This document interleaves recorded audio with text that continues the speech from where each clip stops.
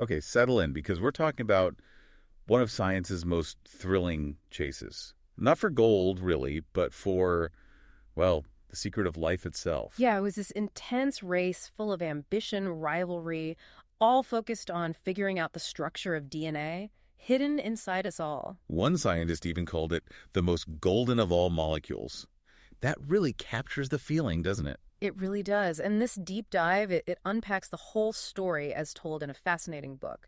You get the twists, the turns, the personalities, everything that led to this huge breakthrough in the mid-20th century. And digging into complex stories like this, pulling out the crucial bits and surprising details, that's what we love. It's the kind of thing where, frankly, tools like the AI analysis on our YouTube channel, Mindful Moments, can be really helpful. I know. Well, they help sort of extract those key insights, make you think critically about how these discoveries actually happen. It gets you closer to the core of the story. Absolutely. And the book throws you right into that competitive environment. You've got the main players at the Cavendish Lab in Cambridge, where our story centers. Right. Then there's King's College London, doing really important work. And looming over everyone, Linus Pauling. Linus Pauling and his group at Caltech, a giant in the field. And it wasn't just, pure curiosity driving them. There was this immense pressure, the desire to win what they saw as the most important of all scientific prizes. So let's talk about King's College first. Yeah. The book really details the work of Maurice Wilkins and Rosalind Franklin there. Yes, they were using X-ray diffraction, crucial technique. Can you briefly explain that for anyone maybe not familiar? Sure. Think of it like shining a really, really focused beam of X-rays through crystallized DNA fibers. The way those X-rays scatter when they hit the atoms creates a pattern on film. And that pattern gives clues about the structure. Exactly. Clues about repeating shapes, dimensions, Yeah. vital information. And the data they were getting was absolutely key. But the book makes it clear things weren't exactly smooth sailing at King's. No, not at all. There was significant interpersonal friction. Franklin is portrayed as, well, having a strong personality, and her working relationship with Wilkins was quite strained. Which made collaboration difficult. Very difficult. The book even includes little anecdotes that hint at this, like someone asking Wilkins, "How's Honest Jim?" referring to Watson. It shows that kind of slightly edgy, competitive awareness between the labs. Okay, so while that's happening at King's, the book shifts over to Cambridge, to the Cavendish Lab. Right, and the pairing of Jim Watson and Francis Crick. A very dynamic duo, as it turned out. Different strengths, though, right? Definitely. Crick is shown as this theoretical powerhouse, really enthusiastic about helical structures, spiral shapes. He was even spotting flaws in other people's theories about helices, like V. Van's work, and fixing them up, sometimes with colleagues like Bill Cochran. A real theorist. Yeah. And Watson. Watson's approach, at least initially as described in the book, was maybe less structured. He sometimes relied heavily on memory, maybe didn't take meticulous notes on everything. Which would probably frustrate Crick sometimes. You can imagine. Crick valued precision, the theoretical rigor. So yeah, that dynamic definitely shaped their early work. And their first big attempt at a model. The book says that started after Watson went to a talk. Yes. He went to Oxford and heard some details about Franklin's X-ray work. Crucially, he picked up on the water content, how much water was associated with the DNA molecule. But he misremembered a key number. He did. A significant error, as it turned out. But hearing anything about the data got Crick's theoretical mind racing. So on the train back, They started brainstorming right away. Could it be 2 chains, 3, maybe 4? And this early idea they had. What if the backbone, the sugar phosphate part, was actually in the center of the molecule, with bases pointing outwards? this seems counterintuitive now. It does, but they were exploring possibilities, and they were very aware of Pauling, trying to get hold of his big book, The Nature of the Chemical Bond, for clues about structures. So they rushed back and started building. The book mentions they used improvised parts. Yeah, wire models, bits and pieces from the workshop. But they immediately hit problems. Getting the bond angles right, how the atoms physically connect, was tricky. And they were trying to figure out how ions, like magnesium, might fit in. Right, to neutralize the negative charges on the phosphate groups in the backbone. That was part of their central backbone idea. Which led to that fateful visit from the King's group. Oh, yes. A really pivotal moment described in the book. They invited the King's team, including Franklin and Wilkins, to come see their model. And Franklin wasn't impressed. Not at all. She gave this sharp, very precise critique, pointed out major flaws. Like the water content. Exactly. She knew Watson's remembered number was wrong based on her data, and she basically demolished their idea about magnesium ions holding it together. Her data just didn't support it. She knew her stuff. Absolutely. Her critique exposed fundamental weaknesses in their model. And the consequence was pretty severe, wasn't it? Sir Lawrence Bragg, the head of the lab. Yes, Bragg. He was apparently quite annoyed, influenced by the model's clear failure, and perhaps the fact that the central backbone idea wasn't entirely novel. He essentially told Watson and Crick to stop. Just stop working on DNA. Pretty much. Leave it to King's. A major setback for them. But, as the book makes clear, they didn't really stop thinking about it, did they? Not entirely, no. The problem was too tempting, too important. But officially, they had to shift focus. So Watson started working on tobacco mosaic virus, TMV. Right. Which the book presents as partly a strategic move. TMV also involves nucleic acid RNA.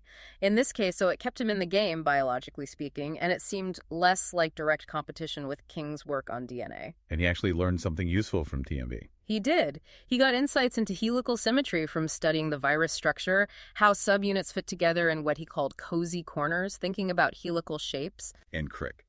What was he up to during this moratorium? Crick was working on the structure of keratin, the protein in hair and wool, also a helical structure, interestingly, coiled coils. But the book suggests the DNA problem and the competition with Pauling was always simmering in the background for both of them. And then there was this other piece of evidence hanging out there. Chargaff's rules. Ah, yes, Erwin Chargaff. Crucial data, but deeply puzzling at the time. You'd found these weird ratios, right? That in DNA, the amount of adenine, A, always roughly equals thymine, T. In guanine, G always roughly equals cytosine, CAT, GC, across many different species. It seemed too specific to be a coincidence. Exactly, a massive clue. But what did it mean structurally? Did they try to figure it out? Yes. The book describes how Crick, with a theoretical chemist named John Griffith, tried to explain it by calculating attractive forces. They initially thought maybe like bases attracted each other, A sticking to A, G sticking to G. But that didn't work. No, the calculations just didn't pan out. Couldn't explain the ATGC ratios. And then Chargaff himself actually visited Cambridge. He did, and the book recounts this encounter as, well, slightly awkward. Chargaff was apparently quite unimpressed with Watson and Crick. Why? He felt they didn't grasp the detailed chemistry of the bases themselves. He knew his rules were important, but he was skeptical they had the chemical know-how to crack the code, so to speak. So despite being told to stop, and these initial failed attempts, the problem kept nagging at them. It did. Those clues, the potential helical nature, Chargaff's rules wouldn't go away. And then things started moving again in the wider scientific world. Like Watson going to that conference in Paris. Exactly. The Paris Biochemical Congress, big news was shared there, especially the Hershey-Chase experiment. What was that? It involved bacteriophages, viruses that infect bacteria. Al Hershey and Martha Chase did these elegant experiments using radioactive labeling. And they showed. They showed pretty conclusively that it was the phage's DNA, not its protein coat, that got injected into the bacteria and carried the genetic instructions. Ah, so that really nailed down DNA as the genetic material. Yes. It hugely raised the stakes for figuring out its structure. If DNA carries the blueprint for life, understanding its structure becomes paramount. And then came the photo. The pivotal moment, really, as the book tells it. Watson saw Rosalind Franklin's B-form X-ray photograph. Wilkins showed it to him. Yes, Wilkins showed him the picture, and it was a revelation. Why was this B-form photo so different? It was taken under higher humidity conditions, and the pattern it produced was much, much clearer and simpler than the A-form data they'd mostly seen before. It practically screamed helix. You could see the helical structure visual. Almost immediately, it had this characteristic X-shaped pattern of spots. The X is a textbook signature of a helical structure. Wow. And because it was so clear, you could deduce key parameters much more easily and accurately. The diameter of the helix, how often the pattern repeated along its length. So this just reignited everything. Instantly. A massive sense of urgency. Watson realized that if someone like Linus Pauling thought this photo, with his expertise, he could potentially solve the structure very quickly. The race was definitely back on. Unofficially, perhaps, but absolutely back on. And based on this clearer B-form data, plus, as the book notes, a sort of gut feeling from Watson that important biological objects come in pairs. They decided to focus on a two-chain model. Yes, a double helix. And crucially, they also got access to Franklin's precise measurements for the B form. How did that happen? Through a report circulated semi-officially within the research unit, which Max Perutz, Crick's thesis supervisor, showed them, seeing those precise numbers was vital. Why? What did it allow them to do? It strongly confirmed that the sugar phosphate backbones had to be on the outside of the helix, not the inside like their first failed model. It gave them the correct overall configuration. Okay, so they have the double helix shape, backbones on the outside. What's the next big challenge? Figuring out how the bases, the A, T, G, and C fit together on the inside. How do they connect the two chains? How do they fit within the dimensions dictated by the backbone and the X-ray data? This is where Chargaff's rules come back in. They must have been thinking about them constantly.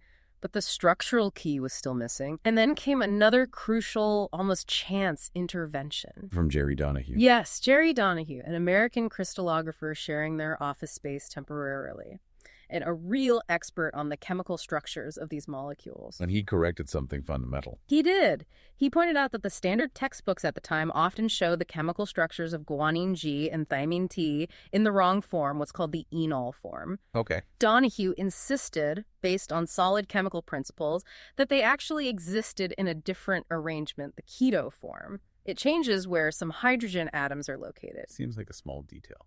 It seems small, but it was absolutely critical, because it changes the shape of the molecules and, crucially, where they can form hydrogen bonds, the weak bonds that hold molecular structures together.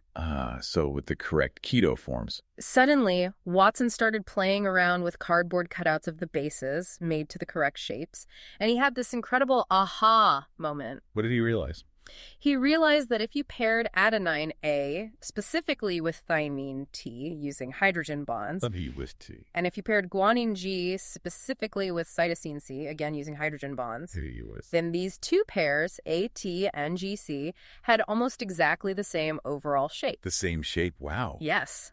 Like two puzzle pieces that fit together perfectly, and the combined shape of AT was virtually identical to the combined shape of GC. And that identical shape was key. It was everything, because it meant these pairs could fit neatly inside the double helix between the two sugar phosphate backbones without distorting the regular helical structure they knew had to exist from the X-ray data. And it explained Chargaff's rules.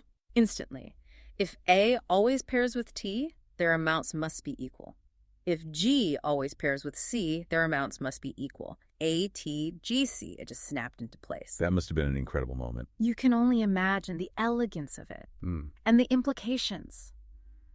They saw it immediately. For copying the genes. Yes, that famous line from their Nature paper, which the book quotes. It has not escaped our notice that the specific pairing we have postulated immediately suggests a possible copying mechanism for the genetic material. Because if you have one strand, you know the sequence of the other. Exactly. The sequence on one strand dictates the sequence on its partner. You could separate the strands, and each could serve as a template to build a new partner strand.